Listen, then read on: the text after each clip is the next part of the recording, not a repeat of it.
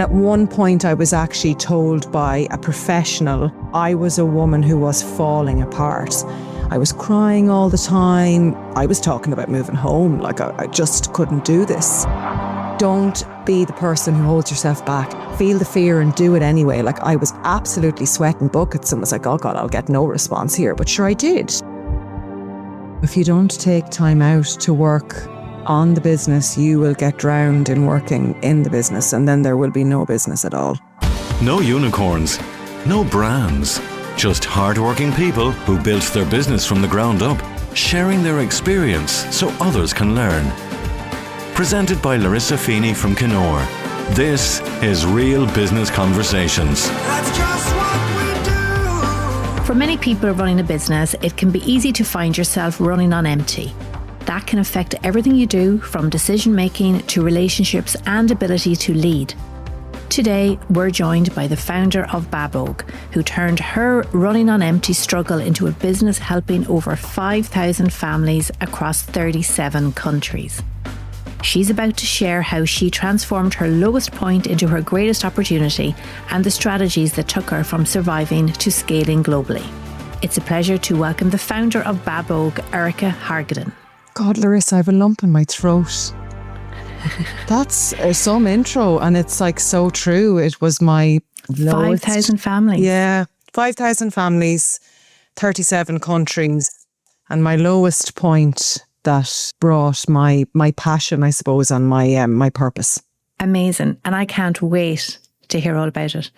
I think if you could tell us, first of all, what it is that you do, where did the idea come from? How did it start? So Babogue helps families with its children's sleep. So that's, basic way of describing what the business does. And it was born out of my own sleep struggles with my first child, who's now 16. He literally did not sleep, woke every 45 minutes overnight. And the biggest thing for me was that everywhere I turned for help with his sleep, I was met with blank faces. So this was back in 2009. I went to my GP, my public health nurse. I spoke to friends, but nobody knew how to help him sleep better. And at one point, I was actually told by a professional that I wasn't coping. And I was a woman who was falling apart. So telling somebody who's falling apart that they're not coping is like pushing them over the edge. And in the end, my mother came to visit, and she said what opened the door to her was, a grey and lifeless version of Erica. And that's not me at all. I'm none of those things. I was crying all the time. My husband and I were only married a year, and I was talking about moving home. Like, I just couldn't do this. And my mum, I remember her distinctly calling my dad and saying, I'm going to stay with Erica, for a week. And she did for me what I now do for families. She helped me formulate a routine. She helped me, gradually bring him towards self-settling. She helped me to understand his sleep and what he needed. And that then instilled in me this deep love of sleep, but also a respect for it, because I had gone to the absolute brink. And now when I got sleep under my belt, I was back. So I had lost myself and I was restored. And I was able to thrive as a mother and thrive as a parent and thrive as a woman, moving into a new stage in her life. Your mum coming, that gave you the support as a mother in a role that you'd never performed before. Yeah. And obviously your mother was more experienced. She had the knowledge. She had reared 4 children herself. She knew the type of person that I am. She knew me. She knew that I thrived in structure myself. So she was able to reassure me, but also support me in the transition to him sleeping independently. Now, he was 8 months at this stage, so he was well on solids, and he was thriving. He was meeting all of his milestones. He was doing amazingly, but he wasn't sleeping, and I was crashing and burning. All of my facets of my life were, a struggle at that time. Yeah. And going through that, though, helped me to realise that, sleep needed to be a priority in our house. And I literally, Larissa, read everything that I could find about sleep. Now, this is before iPhones. I didn't have an iPhone at the time. I didn't even have Wi-Fi in the house. It was like plug-in broadband. Like, it makes me sound like I'm ancient, but things have moved on so much in terms of connectivity and access to information now. My husband used to cut things out of the paper and bring them home to me, you know, when I was on maternity leave about sleep. But when I went on to have more children, I have 2 more children, of 3 in total. I put everything I had learned on him into play with them. And Kate, who's my middle girl, she's 14, she slept through the night at 7 or 8 weeks. And when I suppose I had 3 children who were all sleeping well and I was in a full-time job, not obviously what I do now, people used to turn around to me and go, Erica, like, my little fella's doing this. Like, how do you have your kids in such a good, like, you know, way with sleep? And, you know, they'd come into meetings in the office and they'd come back a month later having done what I had advised them to do. And they'd be like, oh my God, that worked. My wife said to give you this bottle of wine. This kept happening to me. Like you've said it already, you read everything. You've done a lot of research outside of what the tools that your mum had taught you to build on that knowledge, I suppose, and implement it over probably a few years at that point. Yeah, it was a really good friend who had miracle twins, and she turned round to me because, you know, she hadn't had a huge maternity leave and they still weren't sleeping through the night, and the tears blobbed down her face and she said, please, Erica, help me. So anyway, I advised her and I helped her, and this is before I was certified, and lo and behold, the 2 boys started to sleep great, and her husband jokingly said, you should be doing this for a living, and the light bulb went off. I was like, is it a thing? Is this a thing? I found out that it is a thing and that you could become certified as a sleep consultant and you could develop a business around this and legitimately help people. So that was the light bulb moment for you. Yeah. And that sent you on a journey. Totally. I spent 4 months researching how to become a sleep consultant. Like, I'm a builder's daughter from Cavan. My degree is in accounting and law. I'm a brilliant event manager, but I'm not medical. I've no medical background. I'm not a nurse. I'm not a doctor.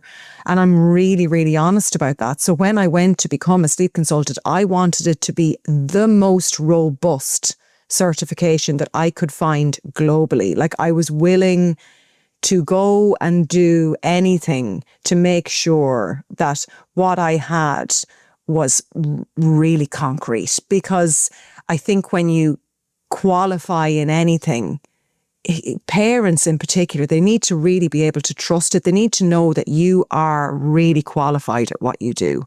So how did you get your first customer? Oh, that's an interesting one. A friend of mine sent me a screenshot of a well-known public figure seeking support with their child's sleep after the massive snowstorm that we had had in 2018. I don't know if you remember that. We'd huge. Was that like the beast from the east or something? No, it wasn't the beast from the east. It was a different one, but it was big, and it stopped the country in its tracks for about 2 days. Okay. And I went, God, okay. I said, right, I'll send her a message and see, would she like some support? She was my very first client. I slept in her house for 2 nights. Oh my God. Yeah.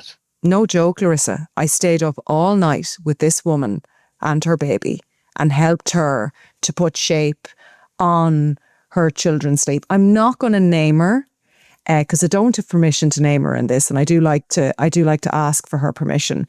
But that was the launch pad, literally having the courage to go, I can do this. I know what I'm doing. I am good at this, and I am not afraid to sit with this really well-known person and help her. But having that courage to go to somebody's house, never mind a well-known person, and to sit up with her for 2 nights and have the confidence in your own ability that what you're doing works. I mean, that's unbelievable. And it must have worked, did it? You got the child sleeping. Yeah. He became an amazing little sleeper and still is. We still keep in touch. I've helped this lady with her other second child as well. I'd consider her in my friendship group. You know, she's a fabulous advocate for Babogue and for me. And she was my launch pad. And I'm very grateful to her for that. She did a lovely review on Instagram and put me out into the world in terms of services. And I was still She launched you. She launched me. Now, I guess I had the courage to send the message. And I always say to people, don't be the person who holds yourself back. Like, send the message. Like, feel the fear and do it anyway. Like, I was absolutely sweating buckets and was like, oh God, I'll get no response here. But sure, I did. I'd say you were. I was just thinking that. You must have been terrified. Yeah, totally terrified. And terrified pulling up outside the house, and terrified, like, you know, bubbly tummy, couldn't eat for like the 2 days that I was there. I was just nervous as hell, and obviously running on no sleep and all the rest. But I did it. Wow. I was still in my full-time job at that time. And 6 months later, I left it. So the courage that you had to send the message, to, well, identify the problem, first of all, you know, you can help, and then send the message, and then to show up and make a difference. That's amazing.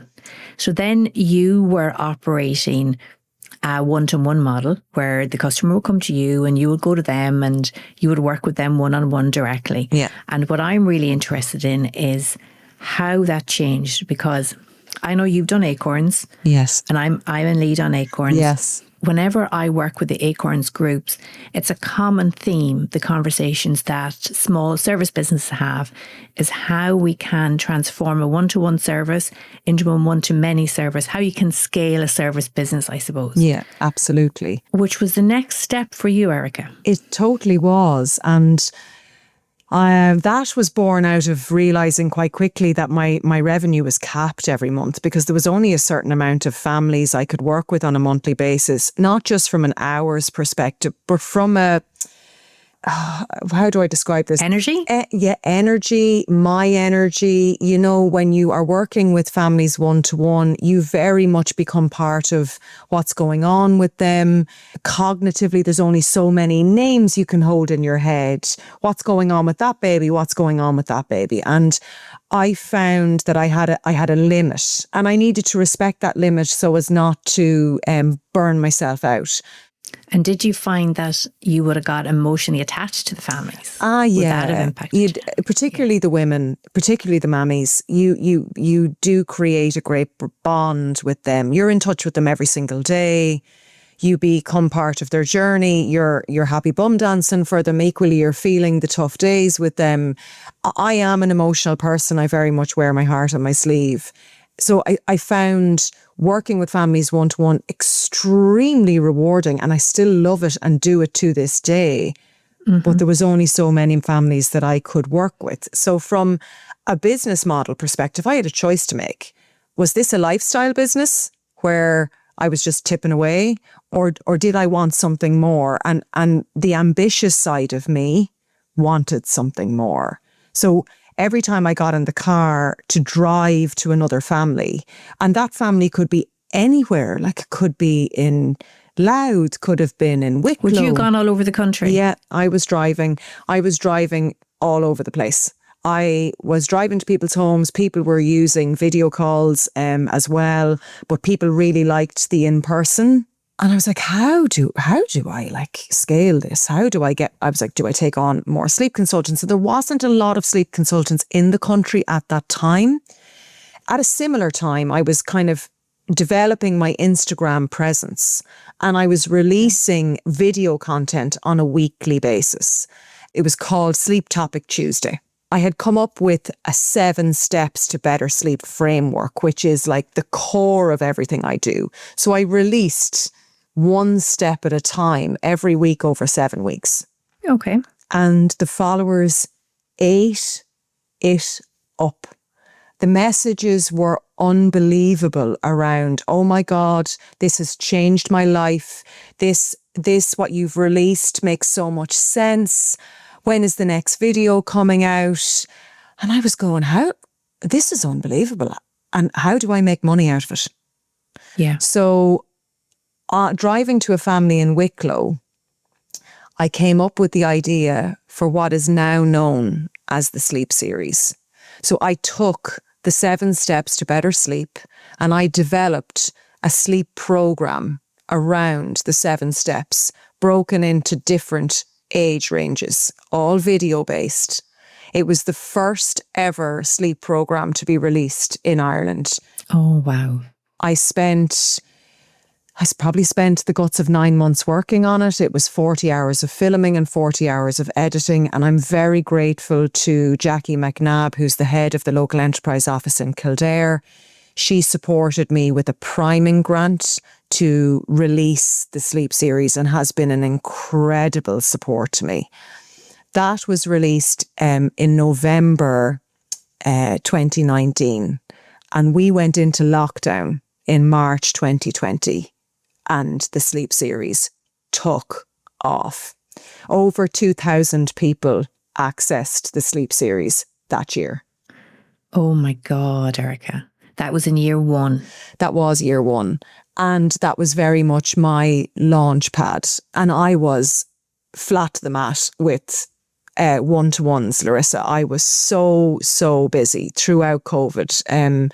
COVID was, a challenging time for lots and lots of businesses. From a business perspective, it was very, very good to me because I had pivoted already into the online space. Mm-hmm. And when COVID hit, I obviously stopped doing one-to-ones in people's homes, and I've never gone back to doing one-to-ones in people's homes. I've taken the business completely online. Yeah. And you'd already started on that journey, which helps. It wasn't a complete switch, I suppose, whenever COVID hit. That's positive. Very, very positive. Very, very positive. Yeah. Now, with anything, you have learnings. And I think it's always good to talk about the learnings. When I released the Sleep Series, I didn't release it as a subscription model. Okay, so you pay your money once, and then you have access to the entire series. That was a model at that time? You could have access to what you purchased, unlimited.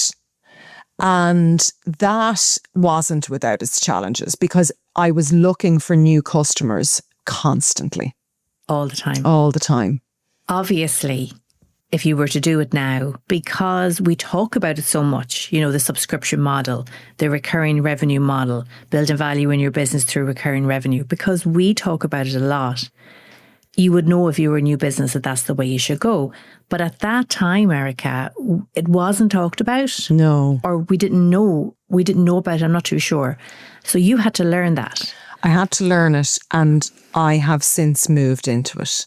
So I had to make that move last year in order to protect the business, protect the revenue stream, and protect the viability and the further scalability and further growth of the business, and to be able to add on more value to the customer alongside the Sleep Series. And how did that shift go? I mean, did your customers feel it, or was it just a case of you had to learn a new way to sell, you had to learn a new way to explain the value? All of the above. So there was customers that were impacted, absolutely. But we worked with them, offered them value, offered them the ability to transition over with us, offered them lots and lots of opportunities in terms of getting involved with the new platform. And also had to learn a new way to position it and sell it as well. Because although I adore working with my B2C, my mammies and daddies, I adore working with them, and I adore getting to know them and hearing their wins. I really want the business to also move into the corporate space and the wellness space, and to be able to support parents via those programs as well. And that's a shift that we very strategically are making, and moving into the subscription model has really helped to position that well. That's really interesting because I know exactly what you mean. You know, you get very close to the people you work with whenever you work one-on-one. Selling to corporate is different again, though. Not only is it, you know, the one-to-many B2C, it's a very different customer. Totally. It's a very different sales cycle, very different lead time. Yes. You're delivering, you know, a different message. Your tone of voice is different. Everything is different. Everything. Are you navigating through that right now, or have you gone through it? No, Are you in the messy middle, I suppose? I'm in the messy middle, Larissa. It is a transition that I started to make 12 months ago. Now, obviously, B2C is still a huge part of what I do, like huge. And I'm still so involved in that. But more quietly, maybe, that my B2C customers wouldn't be aware of at all. I am working on a project of the corporate space and taking the subscription model and the platform that we've created, because we now have the sleep series and a huge masterclass hub and a resource library and a community to support parents inside it, and like guest speakers coming in. It's very much a parent support hub, as well as somewhere you can get that sleep support too.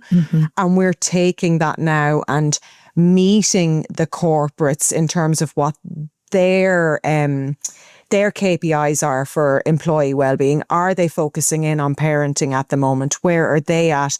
And trying to have those conversations with them, you know, around how somebody who is sleep deprived or completely overwhelmed as a result of juggling their parenting and their work is not going to be able to show up to work in the way that they could if they felt they had some level of balance.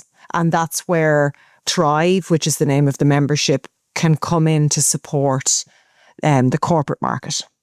There sounds like there would be a lot of opportunity there in that space. It makes complete sense. Yes. How are those conversations going? Are you able to get the message across to the teams that you're talking to? Yeah, going really, really well. I'm really pleased with the work that I've done over the last 12 months. That side of the business is growing. I had a fabulous second meeting with a corporate yesterday, and when this gets over the line, 2026 could be a very different place for Babogue. Very, very different. Amazing. And you talked about the lead times, Larissa. Like, this conversation has been going on since March, and we're now in, you know, nearly in August. And it will be, well believe it. It'll be January before this comes out. But when it gets over the line, it'll be game changing. And it will be what I wanted. Like, that company's logo is on a vision board here at my desk. Amazing. For the last 8 years. There's so much learnings there, though, for the listener, Erica, because you've talked about selling one-to-one, selling one-to-many, right? That is one big shift. Yeah. And then selling B2C and selling B2B. Very different markets, very different way of selling, and not many businesses can do both well. And it sounds like you're doing both well. So well done. Oh, well, certainly trying. And like, it's not all me. I do have a team. I do have people. I have great support. I've brilliant people in marketing and in terms of the tech side of things. And I have a virtual assistant who I would be lost without. So I think you have to build a level of a team around you as an entrepreneur. I don't think it is possible for you to scale and do it all. You just can't. I think particularly for women, with family, it's very hard to do it all. Like, I did try, but you have to invest and budget in order to be able to grow. And I'm adding in more sleep consultants as well, because at the end of the day, I can't support everyone. I can't be all things to all people. So by seeking out the best qualified sleep consultants that we have in the UK and Ireland, and adding them into my team, I'm giving more availability to families from a B2C perspective. Because if you're like sleep deprived, you want help now, not in 2 or 3 weeks' time. You want help now. But equally from a corporate perspective, you know, if they're going to plug in a platform to their wellbeing package, adding in the ability to phone a sleep consultant, make an appointment with a sleep consultant, and equally not wait 2 or 3 weeks to have that call is a brilliant add-on as well. So I just really believe that whole thing of, you know, pushing the boundaries at your desk till 12 o'clock at night because you can't afford to take somebody on or you don't want to spend the budget. Sometimes you have to in order to be able to grow. You do. And I mean, it's really important that we talk about that because I hear it all the time. And I'm sure you do as well, especially talking to, well, female business owners, I'm going to say, but it does happen as well with male business owners where you do think that you have to do it all yourself for some reason. How did you develop that mindset, Erica? What changed for you? You know, how did you shift from I need to do all of this to actually I don't need to do all of this? I have been very lucky to be involved in some amazing mentorship groups like Acorns, which you mentioned. I am an Acorn, and through being open to learning from other successful entrepreneurs, listening to their stories, constantly seeking out advice. I'm a big networker. I love talking to people. And by listening to how other people have scaled and been successful, all of them have built a team around them. And you sometimes, like I said earlier, you have to feel the fear and do it anyway. You know, you've got to go, okay, well, what can I legitimately budget here? What do I need to take off my table and put on somebody else's table so that I'm freed up to do that strategic thing? Like even just today, I was working on that, you know, in terms of like, okay, what can I take off my desk and give to somebody else here? Because I just can't juggle it all. There's great like programs out there. Mentors Work is one by the Small Firms Association. It's fantastic. My local enterprise office is amazing. The courses they run, the supports they do, particularly around female entrepreneurship. I have also been an active member of Network Ireland, which is a female networking group over the last number of years. And they have brilliant programs as well. I just think you have to put yourself out there and talk to people and be honest. We're great at painting the front doorstep in Ireland, aren't we? And like, everything's fine. fine. I kind of have never been that person. I've always been like, oh my God. Like, and maybe I draw people down, but when people are like, how are you, Erica? I'm like, do you know what? I'm grand, but I could actually do with a little bit of help with this. Do you know anybody who could do this? Or here's something I'm struggling with. Have you struggled with this? And I just think if you do that, the universe will send you what you need. They mightn't do it there and then, but they'll send it eventually. You mentioned the virtual assistant that you have. I also have a virtual assistant, and I've had one, I think, for probably 2 years or so. Wow. It's another topic that comes up constantly whenever we talk to small businesses. How do you make the first move to delegate? And a virtual assistant, I know, and you know, is a really great step to full-time support in the areas of admin or social media or wherever. Yeah. How did you make that relationship work with a virtual assistant? It wasn't easy, Larissa. I'm going to be honest about that. I found moving into the delegation piece quite challenging because I had to do additional work to create the system to make the relationship between myself and the virtual assistant seamless and work well. And I think that can hold a lot of people back, where they're like, oh, in order to delegate that, I have to do extra work. But it's I'd be quicker doing it myself. Yeah. Yeah. My husband says I'd be quicker doing it myself. My husband says it as well. Yeah. It's worth it.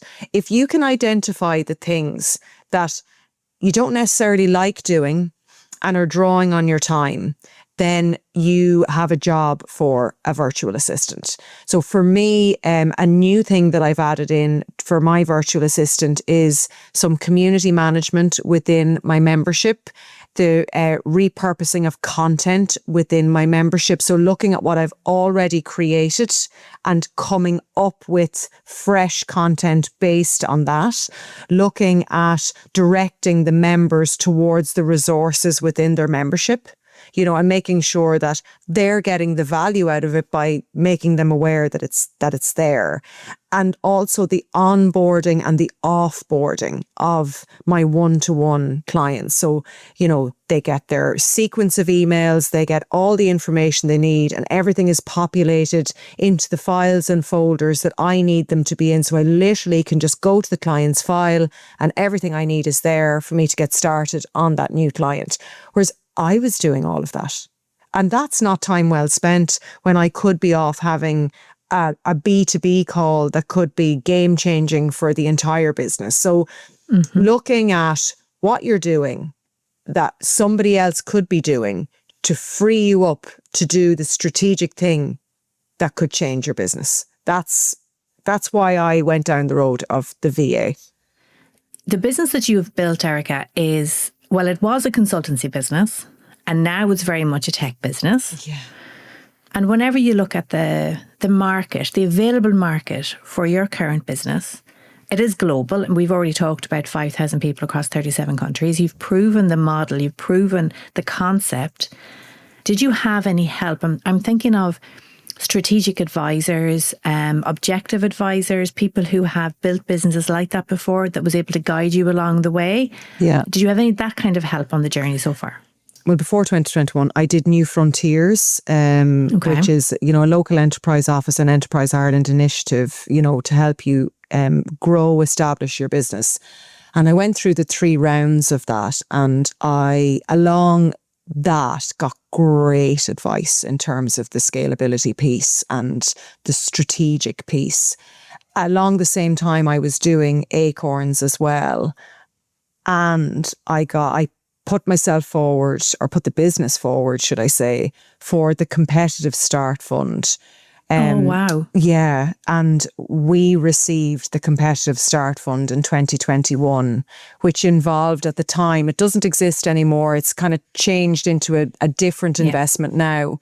I think it's called the Pre-Seed now, which was a €50,000 investment by Enterprise Ireland in your business, for which they got a stake in your business, a small shareholding. So I have been supported by Enterprise Ireland since, and have had access to their mentors over the last number of years. So I've had various brilliant, you know, tech mentors, marketing mentors. I had an amazing lady support us on a project around the development of the B2B aspect of the business, and really looking at, well, is there actually a market here for that? You know, so, you know, all of those supports, you know, have been amazing. Yeah. But I do think if you aren't on those programs or you haven't applied for them, I think there are brilliant resources out there in terms of like podcasts like this. If you go looking for it, you will find super advice out there to help you figure out maybe where you could take this or where you want to go. You just have to be open to listening and reading. Like I'm a runner. I'm marathon training at the moment. Like I'm out tomorrow for a 2-hour run. Wow, good woman. I will be listening to I'll be listening to a business book. Yeah. If I'm not listening to a parenting book about parenting my teenagers, I'm listening to a business book. It's one or the other, because they're the things that are consuming me at the moment. So I'm taking that time to try and figure it out. Like, there's just so much information out there. Yeah, there is. And I think the programs you've already mentioned, there's a lot of choice there. And what I hear sometimes is that I'm too busy. I'm too busy to take a day out of the business to do the course or whatever. What do you say to that entrepreneur who's too busy doing the day-to-day? Oh, if you don't take time out to work on the business, you will get drowned in working in the business, and then there will be no business at all. You have to take your head out of it. You have to. Yeah. And everybody is guilty of this. myself included, where you get sucked in, but you won't regret the day that you take a little bit of time out and you focus on one particular thing that needs attention. It's the most important thing you can do to grow your business, actually, I think, is to take time away from it. You know, it sounds like it's counterproductive, but that's the truth. Oh, it's 100% the truth. Like, we can all be on the hamster wheel, just going. But if you get off the hamster wheel and just take a little bit of a look around you, you could actually see something that could change. Like, I could have just totally kept going with one-to-ones. Completely. And you know what? There's nothing wrong with that, actually. For the business owner that decides that that's where their strengths lie. Totally. That's what they like to do. You know, and in many cases you can charge much more than you can for the online delivery of services anyway. There's a premium attached to the in-person consultation type work. There's absolutely nothing wrong with it. And I think it's not about what's right or wrong. It's about the individual business owner and what the goals are. What are you trying to achieve, you know? Because going down the path that you went down, that's a different skill set. Which brings me to another question, actually, Erica, and that's around funding the business. So you've mentioned Enterprise Ireland, and CSF. You've mentioned Leo and Priming. Is that the only external funding the business has received so far? Yeah, I have. I've been funding the business, and the business has been funding itself since. I did go down the road of looking for funding with the support of Enterprise Ireland. But the business wasn't ready at the time, Larissa, and I was barking up the wrong tree. That's the truth at the time. Would I go back to looking for funding? Yes, I would. Yeah. But I would like to make some more gains in the B2B side of the business before, and maybe get some strategic contracts in place to put some value there before I would go. To prove the concept. To prove the concept. Before I would go down that road again. I found at the time I actually didn't have as much support around me. I took my eye off the ball. Do you mean that you took your eye off the ball whenever you were looking to raise, that you weren't able to run the business and raise? Because it's almost a full-time job. That's exactly what happened. If you're going to go down that road in terms of funding and that type of thing, you need to be prepared for how consuming that is, and pressurized and short notice, and a lot of networking, a lot of events, a lot. And I was glad I made the decision to park that for a period of time and focus in on getting back into revenue generating, getting back into what do I want this business to look like? What's the future of this business? Because I actually think I could have lost Babogue if I had have continued down that road. I would have certainly lost my market share. Really? Yes. Yeah. In the time frame where that started, sleep consultancy in Ireland as an industry exploded. And I think if I had kept down that road, I would have lost my market share. I would have lost kind of being the first mover advantage side of things. Okay. And just whenever you talk about market share, can you tell us a little bit about marketing in general? I'm interested again in the split B2B, B2C. So you have a strategy for B2C, if you can touch a little bit on that. And then you must have a different strategy for B2B, if you can touch a little bit on that. So from a B2C perspective, social media is honestly my biggest marketing tool, and I reuse content there constantly, and I have an excellent person supporting me in the production of that and putting together ideas.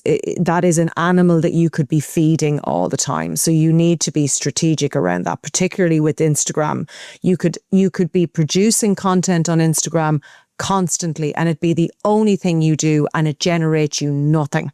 So you have to be putting it out there with a view to it converting. And if it's not converting, you need to move to something else. You need to move to a different strategy around it, or a different piece of content, or, taking a different thread with it. With B2B, I have found obviously LinkedIn is absolutely fantastic. I have found lead generation tools within LinkedIn Sales Navigator to be the best asset.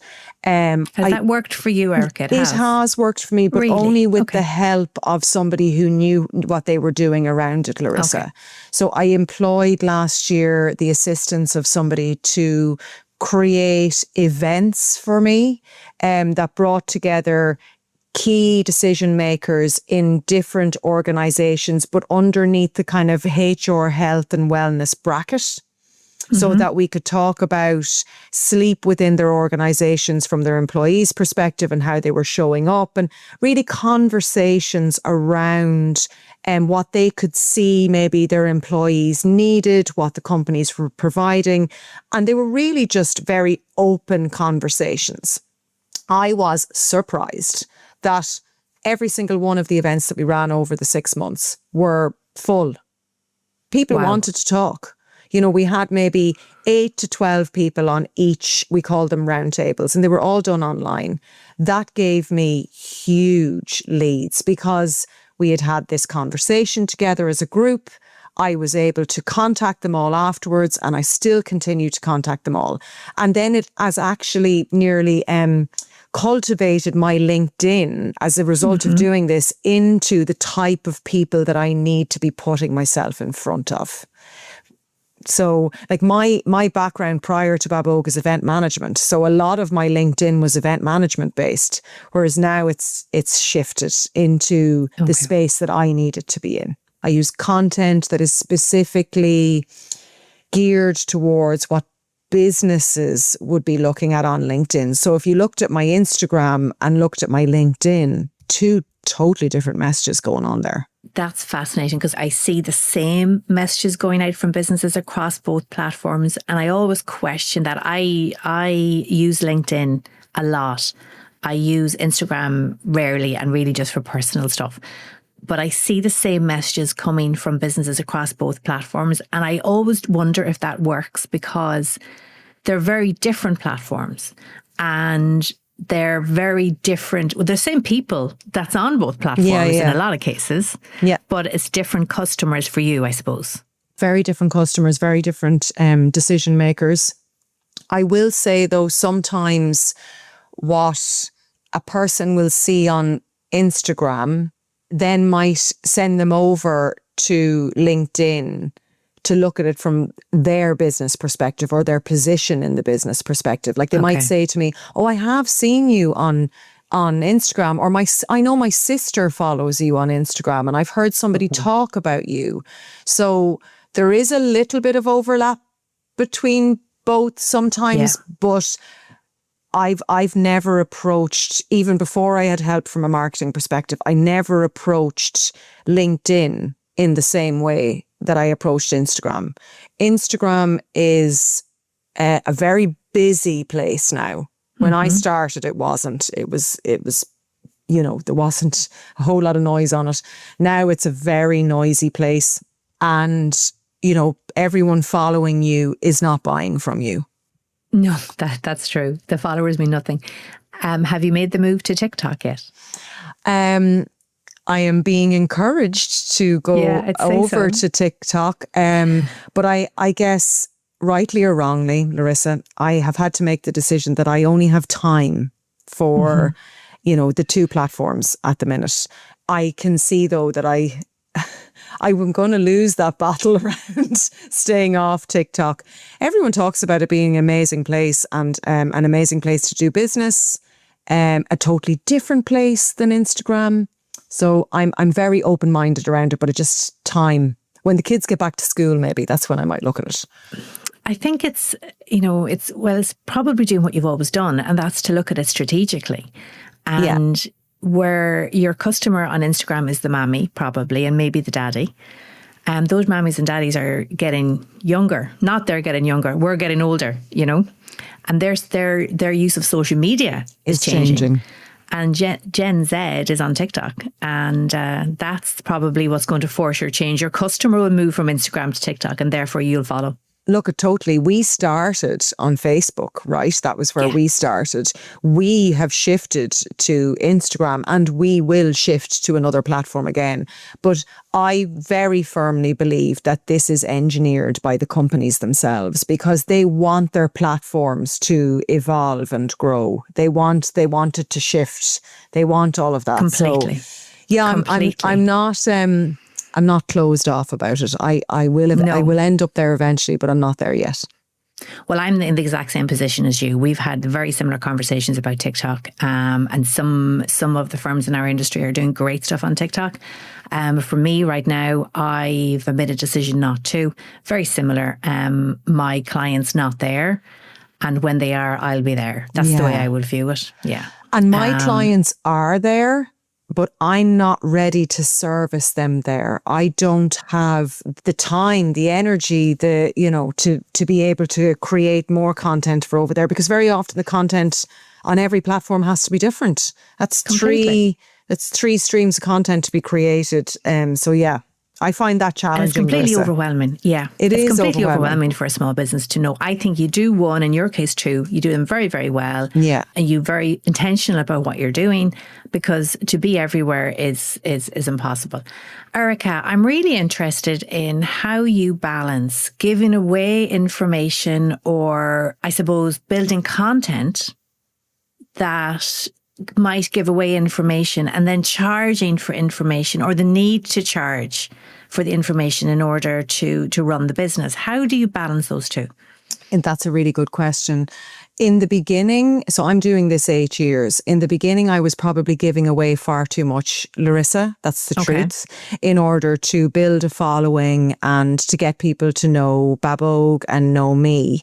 Now my content on social media is more about identification of a problem. This is the problem that you are experiencing, and I can help you via this solution, rather than this is the problem you're experiencing and here's the solution. Okay. Do you know what I mean? Okay. So I've taken away from social media the how you solve the problem and shifted to the I can solve your problem, or I can help you solve the problem.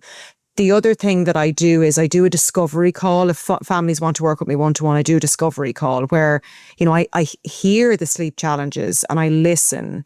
A lot of people would like those to be advice calls, but they're not. So I have very much to shift towards, I hear you, I can see ways that I can help you with this problem via these services.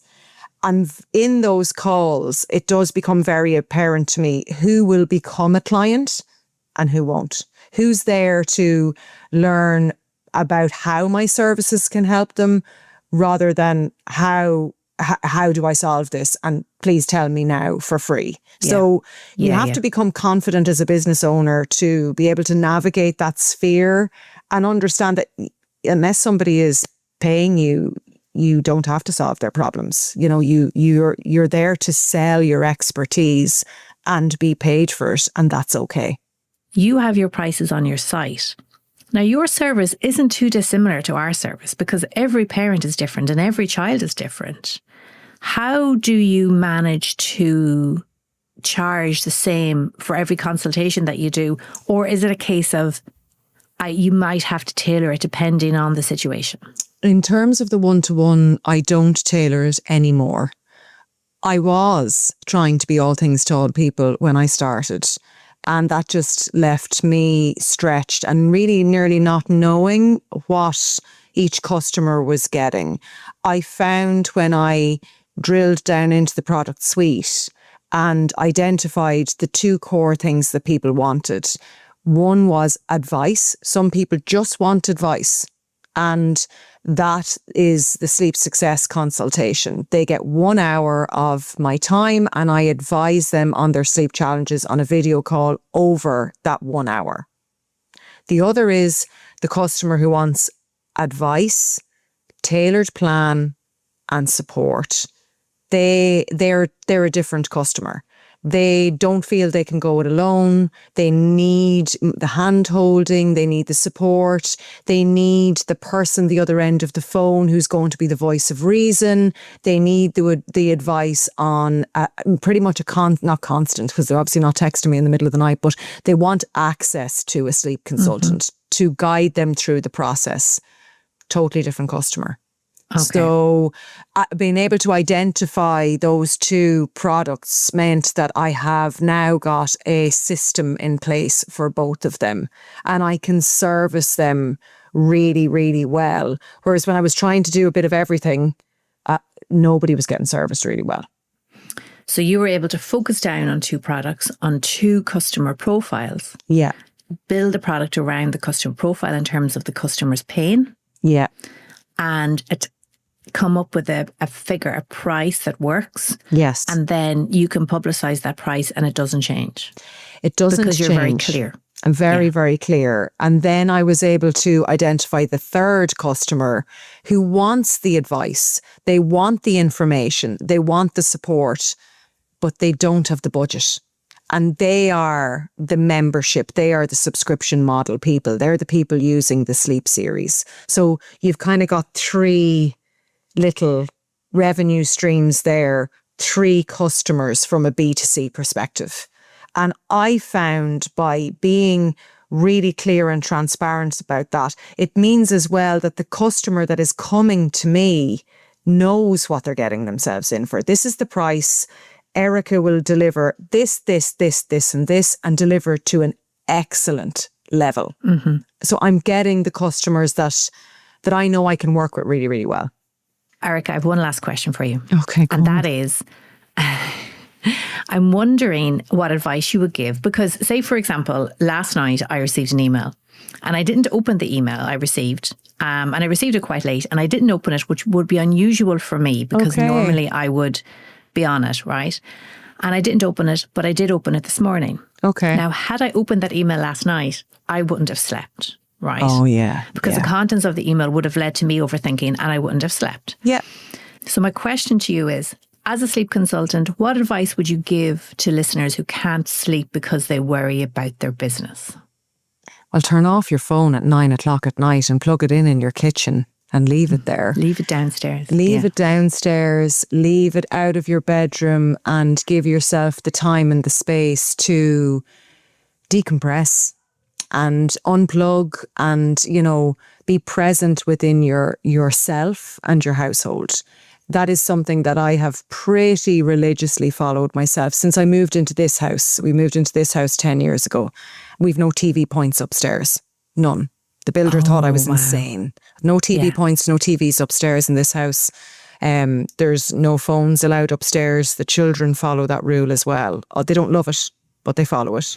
So you're actually living your own advice. I do live my own advice. Now, look at Larissa, I'm not perfect. Like I did stand at the phone last night at 9:45 dealing with something. And it actually wasn't business related. It was in relation to my athletics club. But I would generally have the phone off by 9 o'clock for a couple of reasons. To disconnect, but also to connect with my family.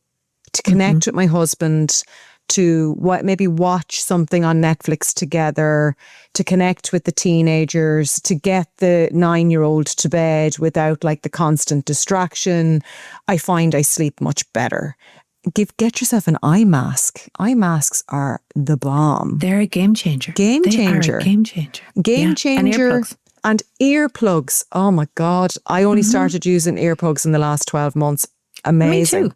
Amazing, especially whenever you've got, in my case, and probably in yours, teenagers who are up later than you are. Well, I don't allow that. My teenagers everybody in this house is in bed by 10 o'clock, no later. 10:30, it is lights out. And oh my God, I am amazed you get that.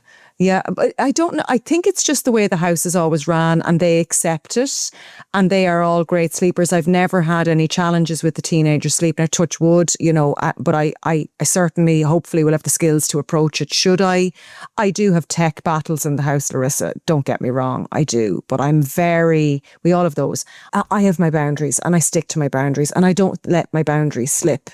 I think also a key thing for adults in terms of their sleep is look, if you are an exerciser, look at when your exercise is happening during the day. If it's happening very late in the day, you actually could be creating some overheating in the body, which could delay your sleep onset.